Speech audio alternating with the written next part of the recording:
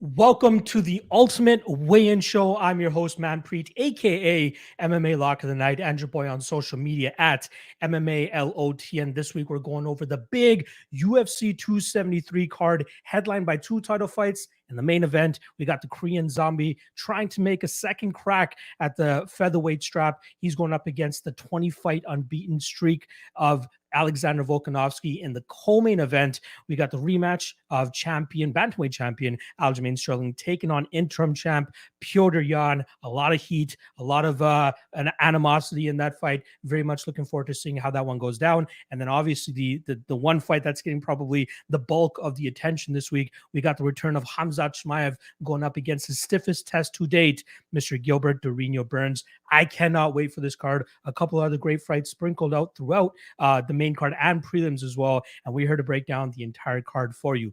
Two quick housekeeping notes for you guys before I bring in my guest. First and foremost, the Dog of the Night Challenge deadline is Sunday. So if you are keen on betting underdogs and want to test your skills up against other sharp folks, make sure you guys check out the Dog of the Night Challenge. Link, actually hit me up in my DMs on Twitter or Instagram. I'll send you the full details and we'll get you signed up and ready to go. And secondly, tomorrow, I'm flying out to Saskatchewan to visit my in-laws, so there will be no Fight Day live chat. There will be no IG live tomorrow. I'm just going to be flying out there and hanging out with the fam and really enjoy my time. Hopefully, I stumble across Brock Lesnar. Who knows? I know he's usually out there hunting and stuff, so maybe I'll run into him. I can see him, considering how flat Saskatchewan is. Maybe I'll get to see his big ass from a couple miles away. All right. Without further ado, let me introduce my guest here for you guys. I was very excited when I was able to nab this man's time because he seems like one of the busiest guys in the industry. He is a UFC veteran, one of the owners and head coaches over there at Eastern Training Center in Colorado. He's also the co-host of the Seconds Out podcast with my guy, Eric Nixick. He's a motivational speaker, a BJJ black belt, and all-around badass. We got my guy, Eliot Marshall. Eliot, how are you doing, my friend? What's up, man? How are you, man?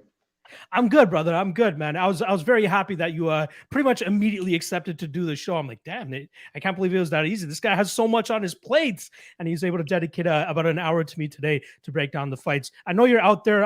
Where are these Pan Ams taking place? So we're in Orlando, Florida. It's been a busy month for me. This is my 5th weekend in a row of travel so this is not normal for me. So I'm ready to go home. The question is, how are you feeling though after 5 weeks of straight travel? I was really doing okay until the end of the ADCC trials last weekend, and then I got wrecked. I don't know what happened. I don't know what happened, and I'm just like, oh my god, I'm so tired. So yeah, here we are. I'll try to make this as enjoyable as possible for you so that we can actually get through this hour a lot quicker. And then you can get back to scouting coffee shops, which I know is something that you're very keen on. How did you know? I'm not a coffee snob at all. I may or may not have been creeping the IG stories a bit over the last week. This is one of my problems with Orlando is there's no real good coffee anywhere. So I end up just getting black coffee places, from Wawa. But I like Wawa, so I don't want to hate on Wawa. If there's anybody from the Orlando area in the live chat, please make sure to give my guy Eliot some suggestions. Maybe he'll uncover a hidden gem that he hasn't come across yet. So please do a hit with some of those as well. All right, Eliot, we are here to break down UFC 273, a big card here. Obviously, 2 title fights, and obviously the return of Chimaev. Without even putting your analysis hat on right now, what fight or what fighter kind of stands out to you most outside? You know what? You're probably going to say Chimaev. Let's leave Chimaev out of this. We'll get to him when we talk about that matchup. Yeah. But what matchup or what fighter specifically sticks out to you most on this card? The fight that sticks out the most to me is Volkanovski and Korean Zombie. I think that's an amazing fight. I think it's a great matchup. And I'm just super interested to see, how Volkanovski deals with such length in the Zombie, Perfect. All right. So let's just not waste any more time. Let's just get into the actual breakdowns. We'll start off with the main event here. We got -800 on Alexander Volkanovski and +500 the return on Chan Sung Jung. The consensus here is the line is just too wide, right? We got to give Korean Zombie a little bit more respect than that +500 line indicates. But ultimately, how do you see this fight going down? I see it, Volkanovski being the winner. It's just not enough respect for Zombie, right? Like, I think he's going to win. I think he's going to, like, to my question that I posed, Volkanovski's been short his whole life. So he's really, this isn't like something new to him. He's not like, oh my God, I'm normally the, like, you know, the longer guy, and now being the shorter guy is going to be this grand stretch or something, or difficulty that he's never faced before. This has always been the case for him. So I think he'll deal with it well. I don't think Zombie will put him away, and I think that's the only way Zombie could win, is to put him away. And I think Volkanovski could ride out the points to the end. So, you know, not ride him out. He'll beat him up good. He could stop him. But I see a clean sweep, 50-45 for Volkanovski. I don't think Zombie's going to get around. But I could see them being very close rounds, right? I don't think I don't think that's where I say the odds are too great. I would say is I could see it like, okay, that was close, but Volkanovski. Okay, that was close, but Volkanovski, all the way across. And I think that's one of the things that people get wrong sometimes is when you hear a 50-45 they think card or 30-27, they think blowout, and it doesn't. Yeah. It might be blowout, but it doesn't have to be blowout. Yeah. One thing I'd actually like to ask you in regards to Alexander Volkanovski, he's not this crazy like power puncher. He's not this crazy jiu-jitsu wizard. He's not this standout wrestler or anything like that. What is it about his game that you think makes him so great? The soundness everywhere. He's very sound everywhere, you know? You really saw that in his last fight with Ortega, where his submission defense was tested and on point, right? Like I would have tapped up both of those submissions. So you see his head like turning purple, which is absolutely crazy, and he still got it out. That was probably one of the craziest moments in like featherweight title history for sure. Yes. So for me as well, I'm going to be on the Volkanovski side. I just can't make a good enough argument to play him at -800, or even for people to parlay him at -800. It just doesn't do enough for parlays or adding any value to parlays. But the best way to play it, in my opinion, would be to take him by decision. Eliot agrees that he probably goes the full 25 minutes here, and that line is currently sitting at -150, which I think is a very good line here. Put $150 down, you get $100 back on Volkanovski to win by decision. That's probably going to be my play here. In case you are overexposed on the Volkanovski side, playing Zombie by KO at +1,000, probably his only way of winning this fight. If it does happen, those are not bad odds to hedge out on this. Would you agree on that? Well, it's the only way the Zombie's going to win. Exactly. Right there. So if you have to hedge somewhere, you hedge Zombie. You know, then you hedge the Zombie by KO, because he's not going to decision Volkanovski. If Ortega couldn't sub him, you think Korean Zombie's going to sub him? Well, I think Korean Zombie has a better chance of stopping him, because by KO or sub, by KO more by KO, right? Yeah, because Ortega was going to stop him by sub. Yeah, right. That's how like that's where the smart money would have been. But it's very hard to sub the champion. You know, it's very, very hard to sub the champion always. But as far as, you know, look, the sun shines on a dog's ass every once in a while, and so they get a knockout. And the Korean Zombie is not a dog, right? Like, he's a very good fighter. So he's a knockout artist. So it only takes one.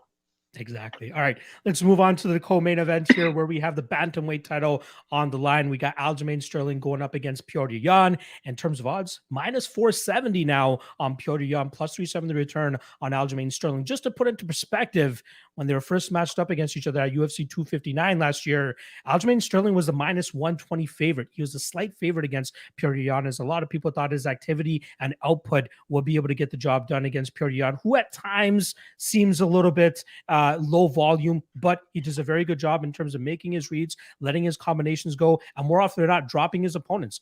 perfect example, his fight against Jimmy Rivera, where it looked like he was losing the first 2 rounds, but then he lands a big shot with about 10 to 15 seconds left. And both of those first 2 rounds drops Jimmy Rivera, gets the round back in his favor. Very slim margins, but in 5-round fights, this guy has been nothing short of spectacular. We saw his performance against Jose Aldo. That was absolutely phenomenal, seeing him stop him late in that fight. And then obviously the Aljamain Sterling fight, where we saw him really start to pick up the pace after dropping one of the first 2 rounds. But third, fourth was really going his way. And then obviously the illegal knee comes into question here. Since then, Petr Yan goes out there and defeats Corey Sandhagen. I honestly thought Sandhagen was probably going to be the best guy to go out there and derail a guy like Petr Yan. His movement, his range, his output, I thought it would all be enough for Petr Yan, but Yan managed to make those reads after the first round, really start to close in on Corey Sandhagen, dropped him a couple times, had massive success with his combinations, and really just wore on Corey. I'm interested to see what kind of readjustments Aljamain Sterling is going to be making this time around, seeing as he's already been in there with a guy like Petr Yan. Where did he believe that he can make the adjustments to come out the legitimate champion this time around? I'm going with Petr Yan. I still think he's the shit. I think he's going to be one of the hardest guys to beat at 135 pounds. And selfishly, I kind of want to see both him and Volkanovski go undefeated for the next little while, so we can potentially have them match up, because that would be an amazing fight as well. So my pick's going to be Petr Yan. I think he finishes Aljamain Sterling late. There is a prop out there, round 4, round 5 decision for Petr Yan to win in that spot at -170. I think that's much better than playing the -475. He could finish Aljo early here, but I do think it's going to be a slow process, and then eventually he'll start to catch up with him and eventually finish him later in this fight. How do you see this one going down, Eliot? Can I diverge for a second? Go for it. Hit me. First of all, Aljo doesn't deserve any of the bullshit that he's getting, as far as that he's not the champ and he doesn't deserve it. I agree. Maybe he didn't earn it, and like that might be true, but it ain't his fault. He didn't do anything wrong, right? Like, he went out there and fought. And I really want to say, and I said this on Eric and Mine's podcast, the Second Side podcast, that I really don't like how when an illegal shot is thrown, okay, that they only ask the fighter if he's okay. I really, really, really don't like that, because of course the fighter's going to say he's okay, and he's not okay. I think a classic case was a long, long time ago, Michael Bisping and Jorge Rivera. Remember this fight? Wow, he was in Australia. Yep. You know, and Michael Bisping threw the illegal shot, and Jorge Rivera was beating him at the time, right? And then all of a sudden, the illegal shot comes. You can see Rivera's all messed up still, and he says he's ready to fight, and then he got stopped within a minute of that. So none of that is Aljo's fight, and I think we have to do something when there's big illegal shots like that. I don't intentional or unintentional. Sorry, do you think they should just stop the fight? Like, I think like leave it up to the referee's discretion and be like, okay, that was a very bad shot. Like, yes, that knee that Yan landed was right on the bullseye. Like, yeah, that was hard. It clearly had an effect. But Aljo, wanting to be the warrior, doesn't want to say that he can't fight. It should be the referee's discretion, right? Right. Yeah, and that's and the doctors, right? Mm-hmm. Like, it shouldn't, and it should all be based on how illegal and how impactful was the shot, right? Yeah. Like, if it's a fight-ending shot like that knee was, like, because Aljo's just down, then fights need to be over. Like, there's no such thing as recovering from a knockout and then being able to go fight. I think that's an absolutely great point that you brought up, and it definitely needs to be spoken, especially during this week, because Aljo has gotten way too much unnecessary flack. He's not the one that threw the illegal knee. Obviously, you're going to be rattled at that point in the fight. His cardio was always obviously taking a hit, and now add in an illegal shot. Of course, the guy's going to be compromised. So that's not fair to him. That's not fair to him to be compromised from an illegal shot, right? Yeah. Like, that is unfair. And Petr Yan's going to win. What do you see though? Like, how do you see him getting it done? Sorry, can you just correct me one sec? Were you involved with the Corey Sandhagen training camp? I can't recall who corners and coaches. Christian was, and Christian's Corey's coach. Yeah. How is Piotr going to get it done? Just like last time, how he was getting it done. He's going to maybe drop the first round, like he did last time, I believe. because he always drops the first round to everyone. Yeah. And then he steamrolls you after that, right? He beats you. So that's how he's done it to everyone. He had a wonderful performance against Jose Aldo, and it was a close first round, right? Like, it's just that's Piotr's style. It's a little it's not as like how Anderson used to do it. Anderson just used about to bring up that name. Yeah, I'm so glad that you brought it up. But continue, please. Anderson used to lose the first round all the time, and then starch people, right? Just starch people. Like even the second fight with Chael. Let's remember, he lost the first round. Chael took him down, right? And then everyone's like, "Oh man, are we going to see just a continuation of the last fight?" And then Anderson was like, "No, we're not. Watch this." Dude, it was something special when he was on his run. Like I don't think people like post Conor era really understand how much of a badass Anderson Silva was. Please don't compare Conor's run to Anderson's run. Conor's run was 6 fights. Anderson, you know what I mean, though. Yeah, I know. Yeah, for sure. Like a lot of the fans right now are post Conor era. But I just mean, like, people don't know during Anderson Silva's run. They just know him against Jared Cannonier and getting his leg checked and losing that fight, right? That's what they know. Of course. Yeah. Exactly. Yes. They know this Anderson that is okay. Exactly. They don't know the badass that he was. It's the greatest run in MMA history. Easily. I have to agree. So as a Canadian, I'll give that up. I know GSP is my boy and all that, but you're absolutely right. Anderson Silva's run was very tough. I'll give it back to you. What GSP did by coming back and winning the 185-pound title, I think it surpasses. It puts him past Anderson on the GOAT list. Interesting. See, for me, it's one win over Michael Bisping at 185. That's all he did. For me, that's not enough. Anderson's run, the way he was doing it, all that stuff. But Anderson allowed himself to lose too much. Okay. Anderson. I'll respect your opinion for sure. That's just But there is, I mean, it's only John Jones and Khabib that are on this, that are actually duking it out on that GOAT list. Yeah. So, absolutely. Petr Yan. Petr Yan's going to win this fight. Petr Yan is too tough of an opponent. No one has figured him out yet, right? Like Aljo did not figure him out. He got disqualified versus, I could see this line being bigger than it is. Oh, okay. Like if you're going to have the Volkanovski Korean Zombie line where that line is, then Aljo hasn't fought since Petr Yan. Like, when was that fight? That was March or April of last year, if I'm not mistaken. So that's a year. That's a year of inactivity. That's a long time. Plus injury. Yeah. Right? How's his neck? Yeah. Apparently it's good to go. We'll see come fight night, but I love the look, Eliot. I wish I could screenshot that because that's meme worthy right there. Yeah. It's of course it's okay. But what's he gonna say? Man, let me tell you how bad my neck is. I'm gonna go fight though. I love it.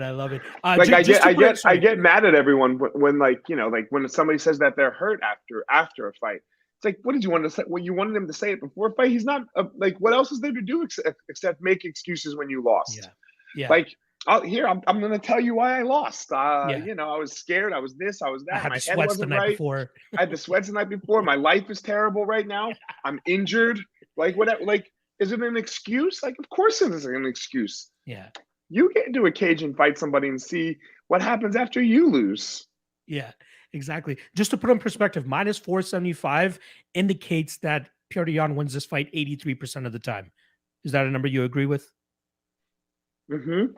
There you go. That's all we need to hear, because I absolutely agree as well. I do think that Petr Yan is going to be one of the most difficult guys to beat and dethrone at 135 pounds. You were right. If somebody was going to do it, it was going to be Corey. And Bingo. That fight wasn't close. It was Not a great fight, but not close. Yeah. Right? It was a very good fight, but Jan showed something in that, man. Jan just pulled through and he had a tough first round, just like he always does, but managed to pull it off afterwards. All right, let's keep this train moving on here. Hold on. Go ahead. TJ could do it. TJ is very smart. TJ's a very look. TJ did not win the fight against Corey Sandhagen. TJ won the game, right? So TJ, I could see TJ losing. I could see the same thing, TJ versus Petr. Well, what kind of percentage would you give TJ Dillashaw against Petr Yan? Like 40%. take into consider, sorry, how much? 40. I think it's a 60-40 fight in favor of Petr Yan. 60-45 pretty much indicates that we'll see roughly about minus 150-ish for the Petr Yan side. So if you're getting anything better than plus 130, plus 140 on TJ Dillashaw, you're going to get tremendous amount of value there. And I'm assuming we're going to get like plus 300 because this aura of Petr Yan continues to grow. Dude, tell me when the last time TJ Dillashaw lost a bantamweight fight was. I can't tell you that. Maybe the Corey Sandhagen fight. No, he won that fight. I know. But, right? Like, tell me the last time his hand didn't get raised in a bantamweight fight. I think it was Dominic Cruz back when Cruz came back. Yeah. Yep. Yeah. I was cornering TJ for that fight. So I coached TJ for that fight. So yeah, that was the last time he lost a bantamweight fight. There you go. All right, let's keep this train moving along, Eliot, because we got a couple more fights to talk about. And this one is the one I'm most. And no worries, I'm enjoying the banter, obviously. Next up, we got the most talked about fight on the entire card. We got Khamzat Chimaev going up against Gilbert Burns. You want to talk about wide odds? We got wide odds here as well. Gilbert Burns is coming in as a plus 385 dog. Minus 550 is the return on a Khamzat Chimaev. And again, to put that into perspective, they believe that Chimaev wins this fight 85% of the time. He's going from fighting Li Jingliang all the way up to Gilbert Burns, who just fought for a title a couple fights ago. What are your thoughts on this kid, man? Can you remember the last time we had this much hype on a kid like this? Like, that doesn't just go out there and dead dudes with the punch like Conor was doing. He goes out there and literally smashes these guys worse than what Khabib was doing back in the day. Yeah. Look, we have to remember Khabib too was he wasn't smashing at first, right? Yeah. He smashed it. He smashed. At the end, he eased his way into it, but like he figured himself out, which was really great, and it made for exciting stories, and it made for an exciting exit and everything, right? But no, Khabib didn't come in like this. Khabib had some decisions in there. Sketchy one against Mason Tebow, but yeah, right. Continue. Yes, Khamzat is the favorite. I agree with that. I think they're not putting enough respect on Gilbert Burns' name. Okay, here we go. Yeah. This is what we're here for, Eliot. Drop it on us. Look, Gilbert was close to stopping the pound-for-pound king right now in Usman. Gilbert has beaten Woodley. Gilbert has beaten Damian Maia. Gilbert has beaten and fought inside the top 5 of the division for the past, 3 years or so. Khamzat is incredibly good, okay? Incredibly good. But we haven't seen the young man be tested yet. We haven't seen what happens when the young man sees a little bit of deep water. We don't know how he reacts. Everyone thinks you know how you react to being tired in a fight, to being hurt in a fight. We think we know, but we don't know. So we have to see it, right? Like, look, I'll use Conor as the example, okay? Everyone's like, oh, Conor. And then Nate Diaz showed up and what? Yeah. And then Wrecked what? Shit. Yeah. Why? Because we've never seen Conor what? Tested. Go through adversity. Yeah. Yeah. And he does not do it well. We saw a glimpse of it when he fought Chad Mendes, but Chad Mendes came off the boat sipping Coronas a week before. That was the game plan versus Chad Mendes. Yeah. Right. He just survived the first against Chad Mendes. Right. So that wasn't real adversity. Conor wasn't tired. Conor was fresh. He almost allowed the takedown to happen versus Chad Mendes, right? So, just don't get stopped or cut, badly or anything like that, or guillotined. So you didn't see Conor even really scramble in that fight versus Chad until the end. Now, Khamzat, we need to see now, and I agree that he's the favorite. I think he's going to win. But to say that someone's just going to go out and starch a title contender, and a title contender who really pushed the champion, right? Like Gilbert had Usman in trouble, right? And so to say that some guy that has he fought somebody inside the top 10 yet? I don't recall if Li Jingliang was top 10. I think he was at least top 15. No, because Li Jingliang had just lost to Neil Magny. Oh, yeah. And by a split decision, right? Or maybe it's unanimous. I don't know. But Neil didn't stop him. right? So, and Neil's a very good fighter, So one of my favorites to bet on. That guy's a G. But continue. Yes. To say that you're going to go from fighting that caliber of fighter to then does who and I think Neil's is top 10, right? To being such a heavy favorite against Gilbert Burns. I mean, to steal Usman's line, put some respect on his name. So, like I said, the percentages. That's taking nothing away from any of the people I've mentioned. Neil's an amazing fighter, great bet. Like, we're talking about betting here, right? Yeah. Mostly, right? Neil's an amazing fighter. I coached him for years. I'm sure Lee is an amazing fighter, right? But like, it's just making it very, very disrespectful to Gilbert Burns, who I think his only loss at welterweight is the champ. Yeah. So correct. Right. Come on. Stop it. So you think he has a better than a 15% chance is what you're saying? No, I don't think he has better than a 15% chance. But I think look at my guy Eliot trying to make a case for Burns and then like not even agreeing with the odds. No, hold on. Agreeing with the odds, sorry. So well, odds and percentages are tough, right? Like, because they're not quite the same. I think he deserves more respect. Like, if Burns wins, I'm not going to be like, yo. Like when Madsen beat GSP, everyone was like, yo, right? Like in these when.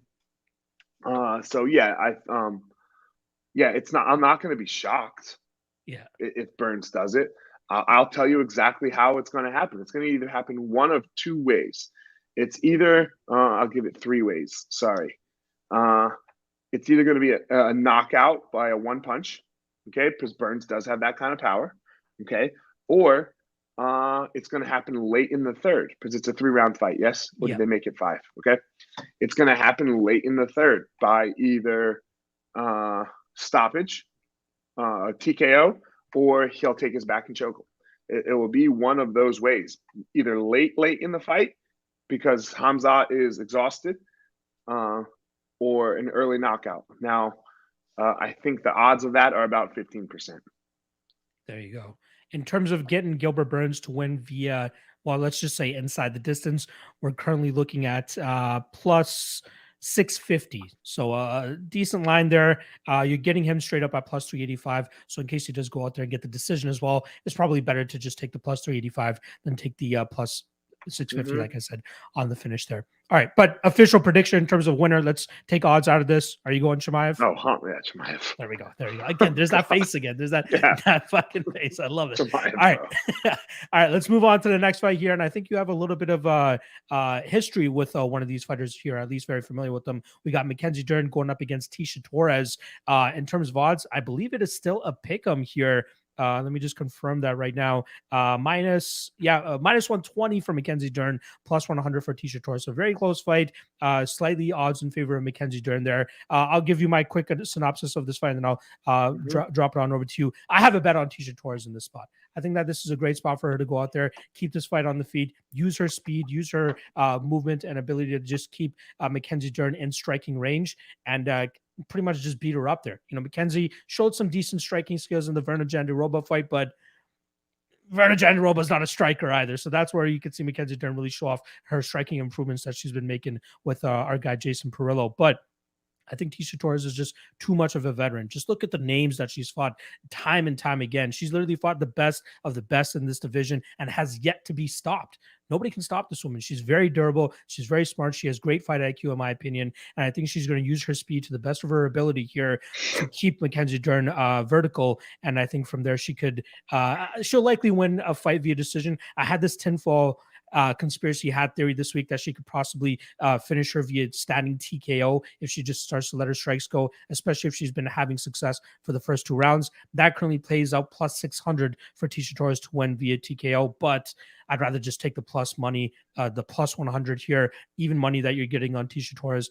I think she's a great spot here. You know, Mackenzie needs to get this fight to the ground. Unfortunately, Mackenzie Dern is only 3 of 28 on takedown attempts in her UFC career. She shoots less than 10% accuracy in terms of her takedowns. But there are fights where fighters, for some reason, follow her to the ground. Rana Marcos, Hannah Cyphers are the ones that come to mind there, where they say, you know what, I'm going to stay away from her jiu-jitsu. I'm going to shuck off the takedowns. I'm going to beat her up on the feet. And then the first opportunity either of those women get with Mackenzie Dern on the ground, they fall her to the ground. And obviously Mackenzie Dern gets the submission quickly thereafter. I'd be surprised if Tecia Torres has that type of gaffe. And I do think she'll keep this fight standing. I think she'll have massive success striking, beating her to the punch, and brutalizing Mackenzie Dern over 15 minutes. So give me some Tecia Torres. Tecia Torres by decision will be my official prediction. But like I said, a little bit of a sprinkle on that KO prop. I know it's a long shot, as Tecia Torres doesn't really finish anybody. She had that one TKO stoppage against Sam Hughes, but I believe that was an eye injury that stopped that fight. But yeah, I like Tecia Torres a lot here. And I think she's kind of being disrespected, just as she was in the Brianna Van Buren fight a couple fights ago, where she was a plus 190 dog. Thank you for the cash, Tecia, in that one. But yeah, she should go out there and beat Mackenzie Dern.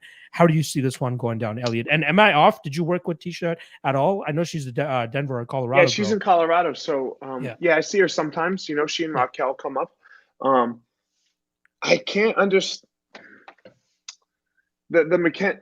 Oh God, I hate saying this because I'm a jiu-jitsu person. That's why I wanted to get your perspective on this specifically. Yeah, the Mackenzie Dern love is a little, especially in this fight, it's a little odd to me because like she's a jiu-jitsu person that has fallen in love with her striking, and her striking is not that great yet, right? So, like you said, she's 10% on her takedowns. So, unless Tecia has a massive mistake and just follows her to the ground, the fight probably won't go to the ground. So therefore, you have to say Tecia Torres. I love it. It's pretty much as simple as that, right? Now, look, if Mackenzie gets her down, it's going to be a wrap. What do you think of Tecia Torres'? You don't think highly of Torres' submission defense, or is Dern just that fucking good? Can I just say I think that highly of Mackenzie's? There we go. Okay, see is that exactly. Is that okay? Yeah. We'll go the other way, right? Like we'll go the other way of saying that Mackenzie's is that amazing, it's interesting. Like when you look at the difference with the ladies, like what Mackenzie is able to get away with the ladies sometimes. The guys can't get away with quite so much because of the power differential, right? Like Mackenzie plays the legs a lot, and you see what happens sometimes when the guys, like, there's knockouts, right? Because your head is so exposed, where the girls just don't have the power, especially at the 115 weight division, to knock the other person out. So the legs are open a little more, like you might take a couple shots, but then you finish the leg. So that's what Mackenzie Dern. Mackenzie's a big leg locker, and she enters the legs a lot. So it allows for her jiu-jitsu to translate well over to the MMA, where you don't see that as much in the guys, right? Because of the differences in the games that you have to play. So your guy Eric Nixick, he's actually a part of the challenge show that I do with 5 other coaches, and his pick this week was Mackenzie Dern. He's putting his hypothetical $100 on Mackenzie Dern here. He believes that her overhand right will allow her to close the distance here close enough so that she can get a body lock on Tecia Torres and either hop on her back, drag her to the ground, drop down for a leg, try to get a reversal like she did against Rana Marcos. Do you see that as a viable path to victory for her in this? I mean, that's the path. Yeah. I mean, he and I talked about it this week too. That's the path. That's how she's going to have to get it done. She has a decent overhand right, but Ticia's very fast and Tecia moves a lot. The thing with Mackenzie is it's only going to take one takedown probably, as long as if there's enough time for her to work in the round, it's only going to take it would only take one. If there's not, like, if it's towards the end of the round and literally all Tecia has to do is survive, then I think she could. But if it happens early in a round, it's going to be problems. Mackenzie is a fucking ninja, So official prediction for this one, we going Dern or Torres? Torres. There we go. And just a quick hedge opportunity for anybody that is overexposed on the Tisha Torres side. Mackenzie Dern by submission is sitting at plus 250, which I find a little bit crazy considering that's probably the majority of her win equity in this fight. So if you want to hedge a little bit, that's not a bad way to do it. Plus 250 on her to win via submission. But let's go Tiny Tornado. Let's not worry about any hedging here. We're going Tisha Torres all day in this. It's going to be hard for Mackenzie to get the takedown. Love it. All right, let's move on to the next fight here. We got veteran Vince Pichel going up against the Greco-Roman silver medalist, Mark Madsen. In terms of odds, we're currently looking at minus, actually, wow, a ton of money coming in on the Mark Madsen side. Close to a pick 'em on certain spots. You can also get minus 120 on Vince Pichel at certain spots, but he is the slight favorite here. The veteran Vince Pichel continues to go out there and just deliver on just amazing performances. Last time around, I was actually live for him to go out there when he fought Austin Hubbard. Great fight from both guys there. Vince Pichel just pulls it out a little bit more at the end of it, gets the decision.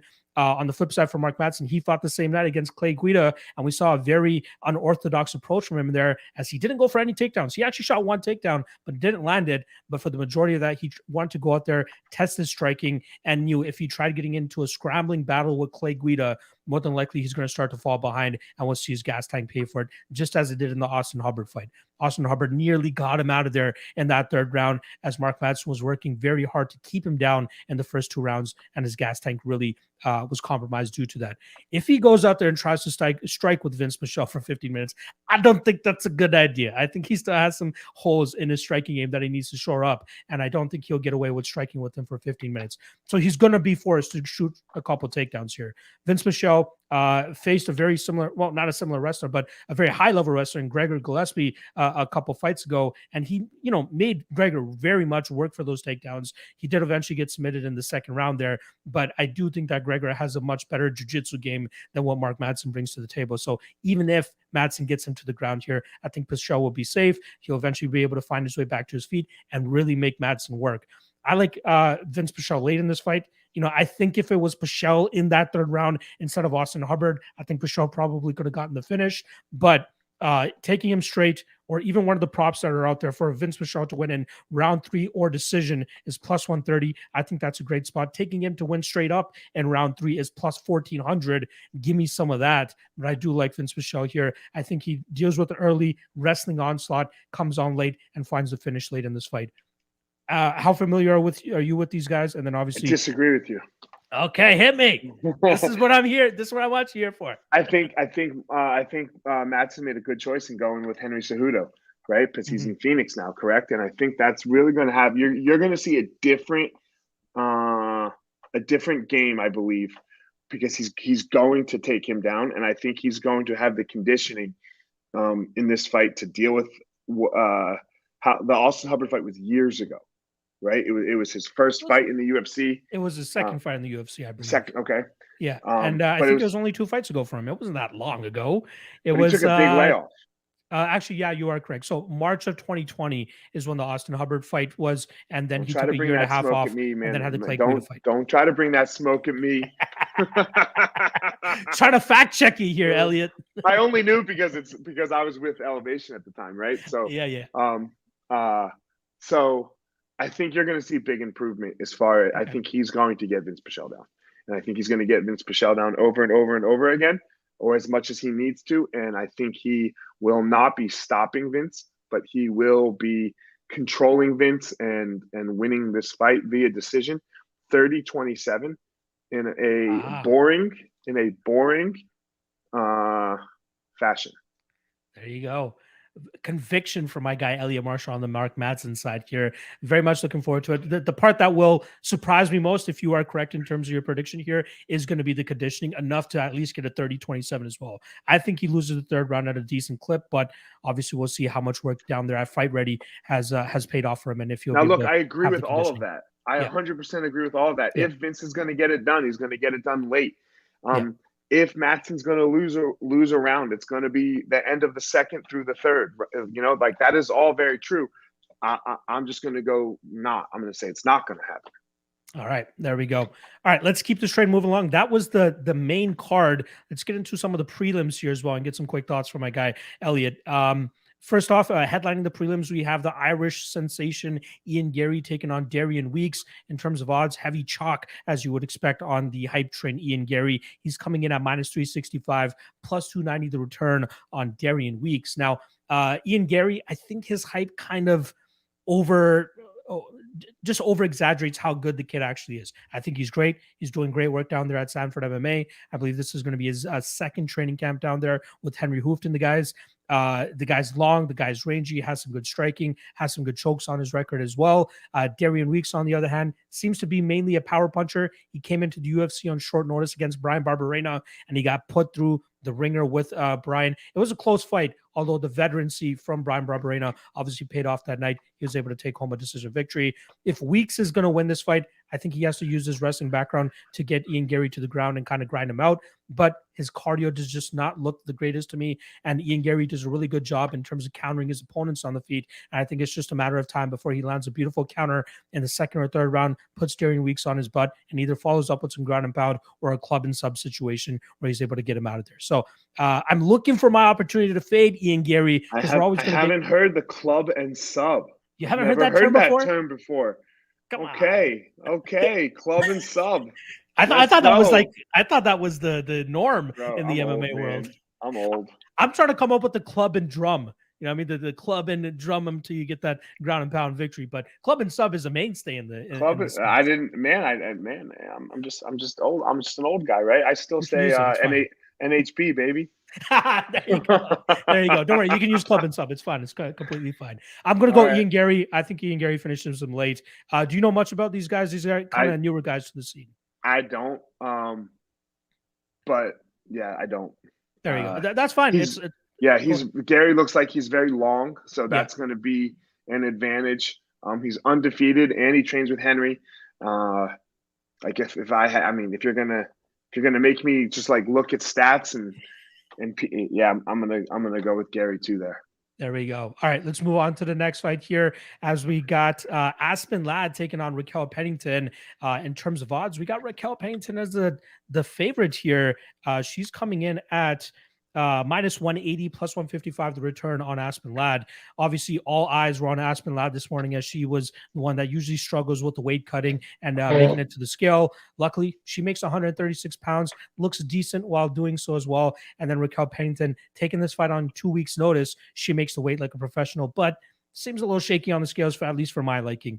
I'm kind of surprised that the line is this wide. You know what I mean? This is the first time that Aspen Ladd is an underdog in her entire UFC career, and she's gone up against girls like Jermaine Duranami, Yana Kunitskaya, Tanya Evinger, even the last one that she fought, Norma Dumont. She was a slight favorite there. But I think there's a lot of recency bias going on here, as she pretty much looked like she was stuck in the mud last time around against Norma Dumont. A full 5 rounds, and she just could not get anything going. Anytime she tried to close the distance, Norma Dumont was popping her with a shot, and that stifled her forward movement. But I do think that we'll see return to form here for Aspen Ladd, as she should be able to secure some takedowns. The longer that this fight goes, I do think she'll do some good work from on top. Rocky, very difficult to put away, but I do think that Aspen Ladd will have a ton of control time from on top and win this fight via decision. Rocky, again, it's not a good look in my opinion that she's coming in on 2 weeks' notice against a grinder like Aspen Ladd. She's going to need to be 100% prepared and ready for a girl like Aspen, and I just don't think she will be. Rocky's one of my favorite fighters in terms of betting on, because she's always around this range, but I just don't think that this is the fight to go out there and place that chalk on her. I'm going Aspen Ladd. I have a bet on her at plus 155, and I'm going to take her by decision. How do you see this one going down, Eliot? I think I'm gonna bet that Aspen Ladd is still shook. So yeah,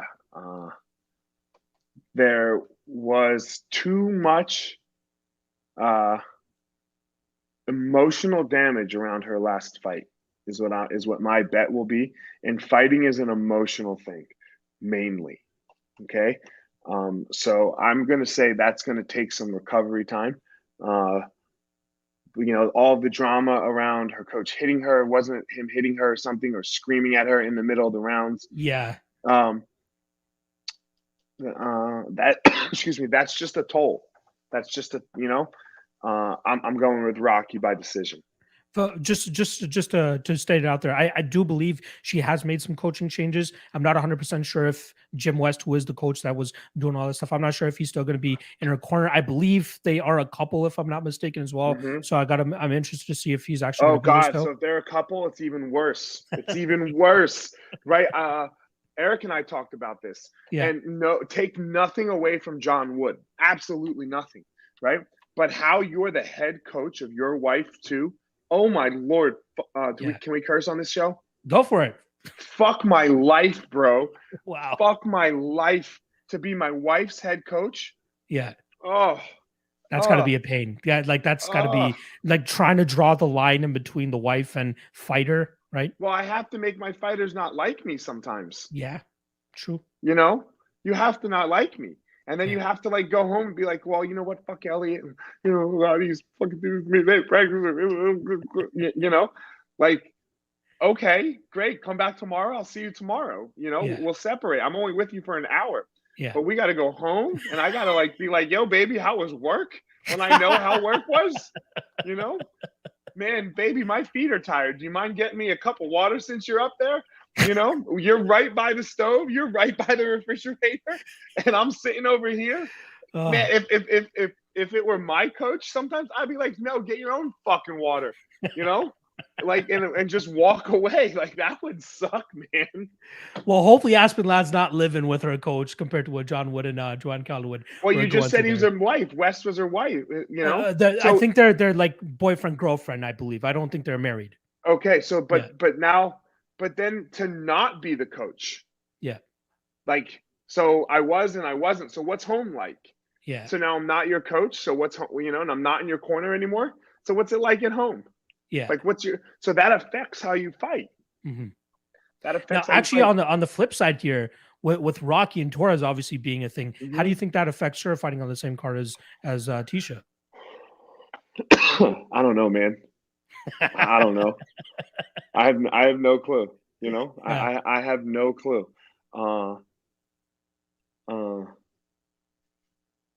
Yeah. All right. We'll just move on then. That's fine. I don't know what two females in a relationship is like. Like, what is the dynamic of that? I've never been in one. I've never closely experienced one. Right. Yeah. So, like, what that does. Is that my internet? Oh no. Shaking up a little bit, but I still see you. Where you at, Eliot? Think we're losing Eliot. We had like 15 more minutes. If you can hear me, Eliot, you should hop out. Oh, there we go. Oh, there we go. Got you back. Yeah. Phew. I don't know what happened. Sorry. No worries. So yeah, like I can't. I can only say from the male-female perspective of what that would be, what would seem like for me. Not that, look, please, there's nothing wrong with it. Please, I like both Rock and Tisha. They're great girls. We train with them, but I don't know. I don't know if they live together now. So I don't know. I couldn't tell you. But that's it. And again, let's go back. That's your spouse. You're both fighting, not coaching each other, versus do what I say because I'm your coach. So that's a way different dynamic in multiple ways than it is coach versus fighter relationship. Love it. All right. In terms of an official prediction, safe to say you're going with Rocky. All right, there we go. All right, let's move on to the next fight here. We got Mickey Gall taking on Mike Malott, who's making his UFC debut. In terms of odds, we got Malott as the favorite. He's coming in at -200. The return on Mickey Gall +170. Now, the Mickey Gall experiment, well, I don't even know if it's an experiment. I just think he's on the shit end of the stick in terms of the situation he was put in, which was coming into the UFC to fight CM Punk. Then he has to grow up in the UFC and take on other guys and just have veteran lessons left and right. Yeah, he's going to go out there and beat Sage Northcutt. Yeah, he's going to go out there and beat George Sullivan, who seemed to be on the back end of his career. Yeah, he's going to go out there and beat Salim Tahari. But when he fights the Diego Sanchez's of the world and he fights the Alex Moronos of the world, he's going to come into some difficulty. Now, on the flip side with Mike Malott, you got a guy who's coming into the UFC for the first time, had a very successful Dana White Contender Series fight where he didn't need to really even break a sweat. He choked out his opponent pretty much immediately. But I've known a lot about this kid for the last 10 years or so. I actually worked for a promotion up here in Ontario, Canada, that had him on one of our shows, and nobody wanted to fight this kid. It was very difficult to get him matched up. I think at the time he was only 3 or 4-0, but he had an extensive Muay Thai background, very good jiu-jitsu background as well. Nobody wanted to fight the kid. We managed to find somebody, and he finished him within a minute and a half. Like, that's how badass this kid was. Then he goes over there to the WSOF and fights Hakeem Dawodu. And I'm telling my boys, yo, let's watch this Mike Malott kid. Watch this Mike Malott kid. And Hakeem Dawodu deads him in like 3 minutes or 4 minutes in that fight. So a great coming out party for Hakeem Dawodu as well. Malott came on some tough times after that, but he is a big cat. He's 6'1", if I'm not mistaken, and he's cutting down to 145 pounds time and time again. And he missed a weight actually for the Hakeem Dawodu fight. I believe he was very close to missing weight in the next fight after that, very much draining himself to get to that weight as a youngster. But now as a full-grown adult, he's made the decision to go up to 170 pounds. There was a time frame about 2.5 years to 3 years where he pretty much stopped fighting because he said he lost the fire, and he went over there to Team Alpha Male to become one of the coaches there. And you'll see him more often than not coaching alongside Danny Castillo and those guys. Very, very sharp dude is Mike Malott. Now he obviously came back and he's had 2 solid fights. He beat Solomon Renfro in his welterweight debut, where we saw him take a big shot and still managed to keep chugging forward, because that was the big question mark on him, is what is his durability like? Now that he's not cutting down to 145 pounds, will that help his durability out? It seemed like it did in the Solomon fight, but we don't have enough of a sample size to be like, okay, he will legitimately be able to take shots on the chin now and he'll be okay. Mickey Gall, not a crazy power puncher, but he is willing to bite down on the mouthpiece, come forward and throw big shots. That is a slight concern, which is why I'm not rushing to the betting window to play Mike Malott at minus 200. But if Malott and his durability show up this weekend, tomorrow night, he runs through Mickey Gall, in my opinion. I don't think it will even be close. I think Mike Malott is the shit. He is absolutely phenomenal. Great fighter. Give me Mike Malott by finish. But my minus 200, I'll sit off that for right now. Let's just see what he has, and let's see him actually take some shots on the chin and see how he reacts. Eliot, you know much about these guys. What would your assessment be? Look, I hope Mickey Gall got paid a ton for the CM Punk fight, because I'm sure he didn't. Dude, I think he's on like a 50-50 contract. Like, I think he's getting paid. Like, yeah, still, now maybe, but for a guy that's 3-3 in his last 6 fights, right? Right, like, but sure. But that's not getting paid, bro. Well, in comparison to everything else, let's be honest. What's he going to do after his fighting career's over when he doesn't have millions of dollars? Maybe open up a jiu-jitsu gym. Who knows, Eliot? Yeah. It's look, that like getting paid is different, right? Like, so yeah. So yeah, just because I would love to touch on what you said in the beginning for a second, if I could. Like, this idea of growing up in the UFC, it's hard. Yeah. You know, I came into the UFC with 5 fights, and I just wasn't good at fighting. Like, I was good at fighting, right? Like in the gym right. But the day of thing is hard, and you have to learn how to do that. And to learn how to do that in the UFC, you go like this. You know, up and down. And do you know what the best performance enhancing drug is? Confidence. Confidence. That's right. Confidence. You're 100% correct. I'll take confidence over any steroid any day. So it messes with your confidence. How can it not? Right. So yeah, it's very hard for me to ever bet on Mickey Gall because of that fact. You know, he's learning how to fight in the UFC, and every time they give him a little test, then he fails it, right? Yeah, he falls short. And look, to fault of his own, yeah, of course, like, you're the one doing it. But to no fault of his own, and he had to say yes to the CM Punk fight. How do you not say yes? Who wouldn't say yes, right? Like, at that position? That one's easy money. Yeah, and you make a little bit of a name for yourself right off the bat. Right, you fought CM Punk. You know, I mean, like, I would ask to then get cut and then go learn how to fight. Yeah. Right. You know, like with a hey, I'll be back on it. Yeah. You know, but yeah, fighting UFC fighters. Whew. For sure. In terms of I'm going Mike Malott. Yeah, but minus 200. Yeah. Perfect. Too much. Love it. I love it. I'd leave this fight alone. Yeah. All right, let's move on to the next fight here. Very interested to hear your thoughts on this one. We got old man Alexei Oleinik taking on Jared Vanderaa. In terms of odds, we currently have Alexei Oleinik and Jared Vanderaa at a pick 'em. Actually, -110 on both sides. Flip a coin. That's pretty much what they're saying for you to do here. What are your thoughts here? I know you're a jiu-jitsu guy. You got to love Alexei Oleinik, right? I have no clue who this other guy is. I've never heard of him. Isn't Oleinik still ranked? I believe so. Let me just pull it up here real quick. Well, yeah, I believe he's number 15, if I'm not mistaken. I think he's right at the end of it. So look, I mean, Eric and I talked about this. Heavyweights need to step their game up, just in general, I would say. Eric and I, like the state of the current heavyweight division, the top 5, 6, like those guys, I don't want anything to do with them, right? But once you get outside of that, it's where do they have Tom Aspinall right now? He's actually number 6. Okay, and then who's number 7? Volkov, who he just beat. Okay, so outside of 7, I mean, there's a massive drop off. Yeah. Tom Aspinall only went up to 6 after that fucking destruction of Volkov. That was very impressive. I was pretty big on Volkov that night. I didn't think that Aspinall would get him down that easily. Is Curtis 5? Number 5 is Lewis. Number 4 is Blades. 3 Tuivasa, 2 Stipe. Yeah. I got up after that. Wow. They got Derek still up there, huh? At 5. I guess so. I guess I could see it, but outside of those are strikers number 8, who was supposed to compete on this card against Marcin Tybura, but that fight actually just fell out like literally right before we hopped on here. So really? What happened? Illness for Marcin Tybura. Not 100% sure why, but he's just out. He made the weight this morning, but they ruled him out. Oh, I mean, I don't know. I couldn't tell you. Olnik's going to try to get the guy down.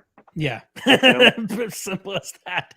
Just to give some insight in terms of what you're getting with Jared Vanderaa, he's a big dude at this weight class. He moves the cage very well. He lost to Andre Arlovski in his last fight, but I thought he was just 1-2 strikes away from really pulling that fight out himself. He did very good work with his footwork and his movement, getting Andre Arlovski up against the cage and having him in those positions, but he just failed to pull the trigger in certain spots, and he allowed Arlovski to do that blitzing thing that Arlovski does to just break out back into the center of the cage. And then it was just seconds later, Vanderaa was able to corral him again up against the cage, but just would not pull the trigger. When Vanderaa is on, he's able to go out there and have a performance like he did against Justin Tafa, which is a volume-based striking decision. He likes to go out there. He doesn't throw big power in his shots, but he likes to go out there and just throw a ton of strikes, combinations, very active with his leg kicks. I love what I see from the cat. If I'm not mistaken, he's out of Dan Henderson's training camp over there in Temecula, but solid fighter. If he can keep this fight vertical, which I think he does, Oleinik, great jiu-jitsu guy. Wrestling leaves a little bit to be desired. I think Vanderaa will do a good enough job in terms of keeping this upright and just touching him up. I know a lot of people are expecting this fight to finish inside the distance, but I see it going similar to the Sergey Spivak fight for Alexei Oleinik, where Oleinik's going to be trying to get this fight to the ground. Vanderaa will shuck him off and just touch him up from the outside, not overextending too much, in hopes of not getting taken down by Oleinik on a counter or anything like that. So give me Vanderaa. Vanderaa by decision, I believe, is also sitting around plus 500. So if you guys like that, I think that's worth a little bit of a sprinkle. But yeah, I'm going to go Vanderaa for my prediction. I'm not even going to ask Eliot. I'm going to say Eliot's going to go with the BJJ black belt here and go with the Alexei Oleinik. Just for the hell of it. If it's a pick 'em, you go one way, I'll go the other. There we go. There we go. All right, couple fights left here, then I'll let my guy Eliot go. We got 3 fights left. Next one, we got Anthony Hernandez going up against short notice debutant Josh Fremd. In terms of odds, we got -190 on Fluffy Hernandez, plus 165 the return on Josh Fremd. I'm a big Fluffy guy. I love what he does. He's a very good fighter. If you go back and watch his LFA title fight against Brendan Allen, you'll know what he brings to the table. I think, and I might get some shit for this, but when he's on, he reminds me of a prime Cain Velasquez in terms of how he fights. All pressure. Hey, Eliot, listen to me first. I'm the biggest Cain Velasquez fan. But come on, man. I am the biggest Cain Velasquez fan. But I'm saying stylistically. Stylistically. First of all, free Cain. No. Him. Yeah, free and Cain. Second of all, come on, man. Don't compare someone that's on a prelim undercard to maybe one of the greatest heavyweights of all time. Okay, tell me this. What was Cain Velasquez's game? What did he do good? What made him great? Yeah, sure. He had amazing output. He had good power. He had amazing wrestling. Okay. He had great cardio. That is Fluffy Hernandez, but a poor man's version. But a poor man's version. But that's not fair to Cain, man. Come on. Of course not. No, I'm not trying to diss Cain, somebody else. It's Cain Velasquez, dog. I was in Anaheim, California the night he knocked out Brock Lesnar because I'm that big of a fan of him. He's the second greatest heavyweight of all time right now. No, I agree. I'm just saying when Anthony Hernandez is on, he somewhat looks like the stylistic equivalent of Cain Velasquez. All right, brushes you with punches, crashes the pocket with combinations, great boxing, and relentless takedowns and pressure. That's his game.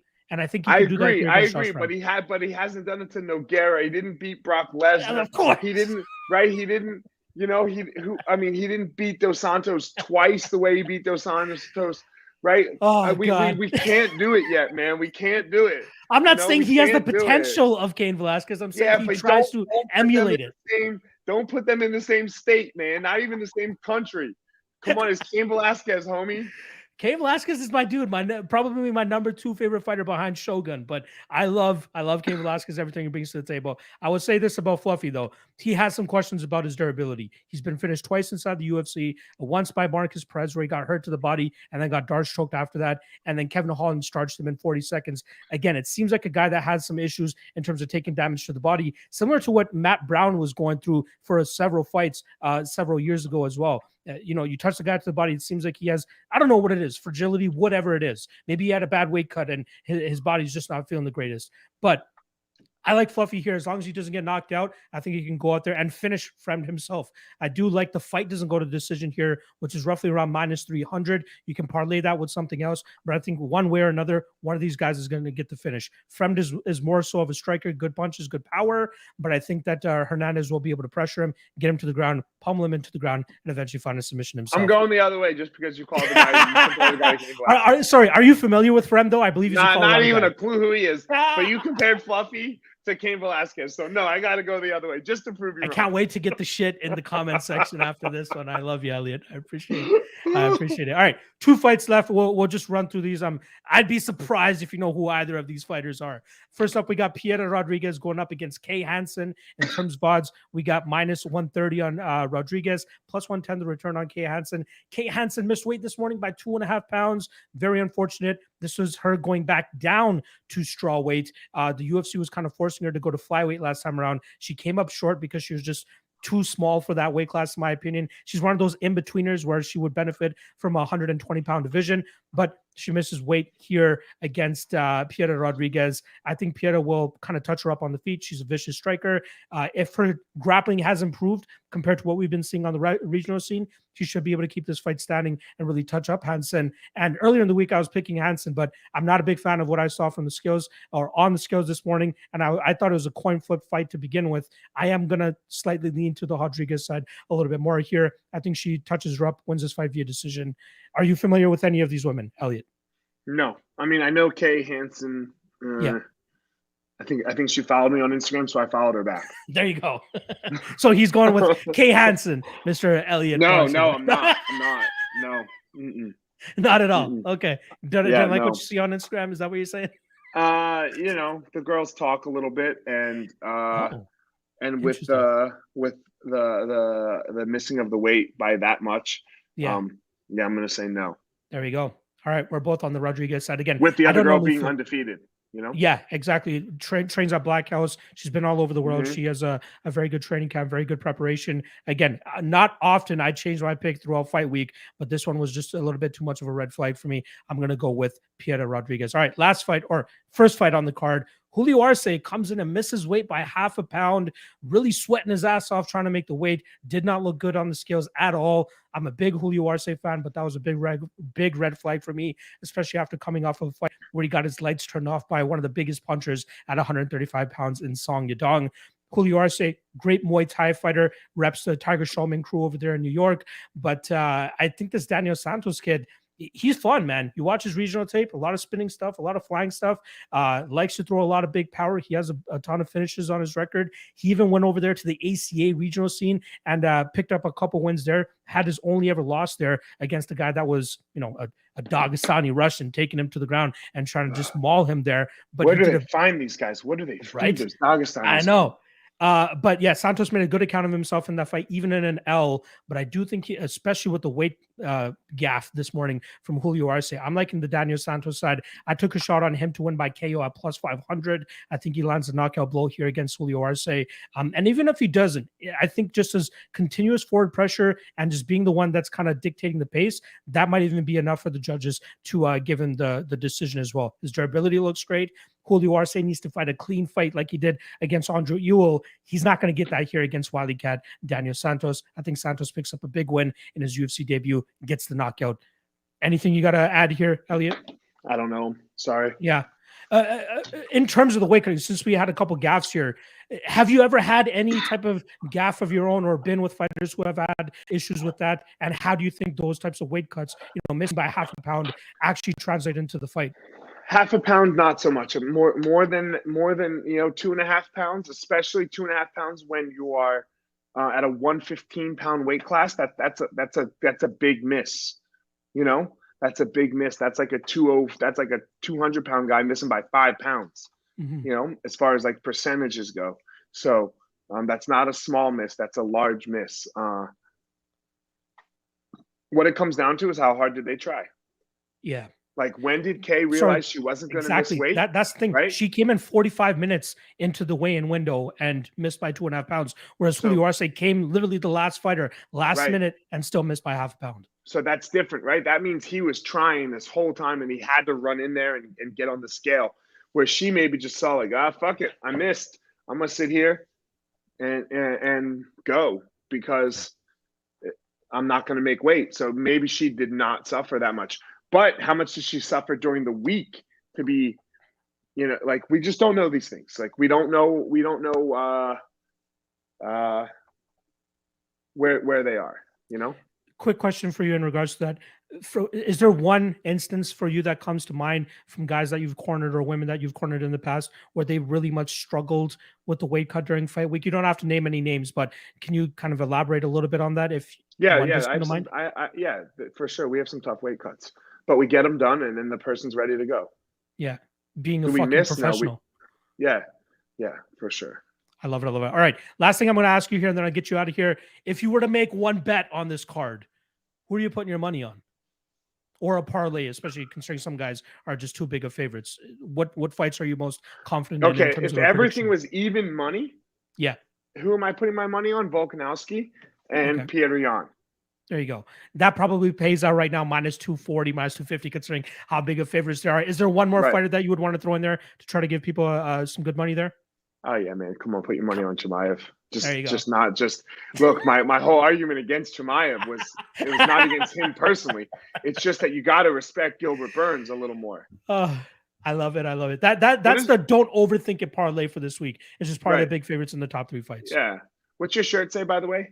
One more sleep. Shout out John Anik. Oh, one more sleep. I thought it said one more sheep. I thought it was like a diss on the Lions Not Sheep shirt or company, because I was going to love you even more because I can't stand the slogan Lion Not Sheep, but whatever. Another podcast for another time. Yeah, exactly. Maybe I'll have it for the next time you come on the show, and maybe we can truly be friends after that. Who knows? We'll see. No, we're good now. No, we're great now. We're good. We had a great time. We joked and we laughed. I mean, you're so disrespecting Cain Velasquez. I let that go. But watch Hernandez get fucking flatlined. Look, in like 30 seconds. It doesn't even matter if that dude wins. I don't care, dude. It's Cain Velasquez. I'm telling you now, when Fluffy Hernandez cracks the top 10, I'm gonna be in your DMs. Please come, but like he needs to win a title first before we're comparing him to Cain Velasquez. That's like all these kids that you see. Look, the Masters is going on right now, right? In golf. Yeah. Okay. Yeah. You remember Roy? Look, and these guys are all good. Roy McIlroy, the next Tiger. Yeah, no. Jordan Spieth, the next Tiger. Yeah, no. Bubba Watson. Yeah, no. Dustin Johnson. Yeah, no. Bro, dude, I was never saying that he's gonna be Cain Velasquez. I say he fights like him. That's it. He tries to emulate that style. And they kind of look alike. I'm not trying to be racist or anything. They kind of look alike. I'm telling you. It's fucking hilarious. And it's hilarious that they fight the same way as well. Anyway, that's just good old good banter back and forth. Honestly, Eliot, thank you for hopping on and doing the show with me. I truly appreciate it. I had a blast. I'm glad that you had a blast as well. I know you're crashing from this 5-week traveling plans that you've had, but you back home next week? When are we going home? I'm home Sunday. Eric and I have our podcast. Oh shit, I got to get that out. Son of a bitch. You're welcome for the reminder. Thank you. I'm home, and then I'm home for a while. So I'll be home. You can catch me anytime on. Can I give a little shout out to my stuff? Go for it. Look, the Seconds Out podcast. If you're into MMA, me, Eric Nixick, and then I also have my other podcast called The Gospel of Fire. If you are into a little personal growth, right? Like, or just, I try to interview people, mixed martial arts all over, business everywhere, like how they were able to like make their life happen. Because I think it's more important that we enjoy and love our life and enjoy and love what we do rather than chase this money goal all the time, because, money's great and all, but I'll show you a lot of unhappy rich people. No, for sure. And I'm glad that you're saying this on a podcast where we're talking about gambling, money, and betting. Because you're right. There's more to it than just placing wagers and stuff. You want to still have the rest of your life all together. You want to have money to gamble and play with, right? Like where it doesn't have to just be so serious all the time with money. Like, do you live a happy, healthy life rather than this like, oh, I'm I'm all for chasing greatness. I fucking love chasing greatness if you love it. But if you don't love it, then that's okay. Just chase your greatness. Whatever your greatness is, chase that. It doesn't have to be this outwardly known greatness. You guys don't even have to listen to the podcast to know. If you follow Eliot Marshall on his Instagram, I believe it is Fire Marshall 205 still. Is that correct? Yeah. That's that channel. Make sure you guys follow Eliot. I do have the link to his Instagram in the description below, but do show some support for his podcast with Eric Nixick and the other podcast that he does as well. Very sharp dude, very insightful dude. I love following him, and I'm glad that we finally starting to build a little bit of a relationship here, brother. Honestly, appreciate it. Thank you very much, man. I really enjoyed coming on. I'll come back anytime. Hell yeah, brother. All right. On behalf of myself and Eliot, appreciate everybody that tuned in to watch, whether it's live or on the replay. Make sure you guys hit that like and subscribe on the way out. And again, make sure you guys follow Eliot on Instagram at Fire Marshall with 2 L's, 205. Make sure you guys go follow him and show him. I'm not 205 anymore. Don't make fun of me for being fat. What is it? Do you want to change it to Eliot Marshall? I can't. They don't let me change it, man. They don't let me change it. What number would you change it to? No, we just go Eliot Marshall, bro. We don't need to put a number on there anymore. Come on, what you doing to me, homie? I make fun of you for Cain Velasquez. You want to call me fat kid? Bro, trust me, I got some COVID weight on me that I need to shed as well. So I should be the last one talking about not being 205 anymore. But awesome. All right. That's too much. Appreciate you guys. Love you guys. Good luck on your best tomorrow. And I can't wait to have Eliot back on the show in a couple months. Enjoy your time down there in Orlando, Eliot, and we'll see you next time. Thanks.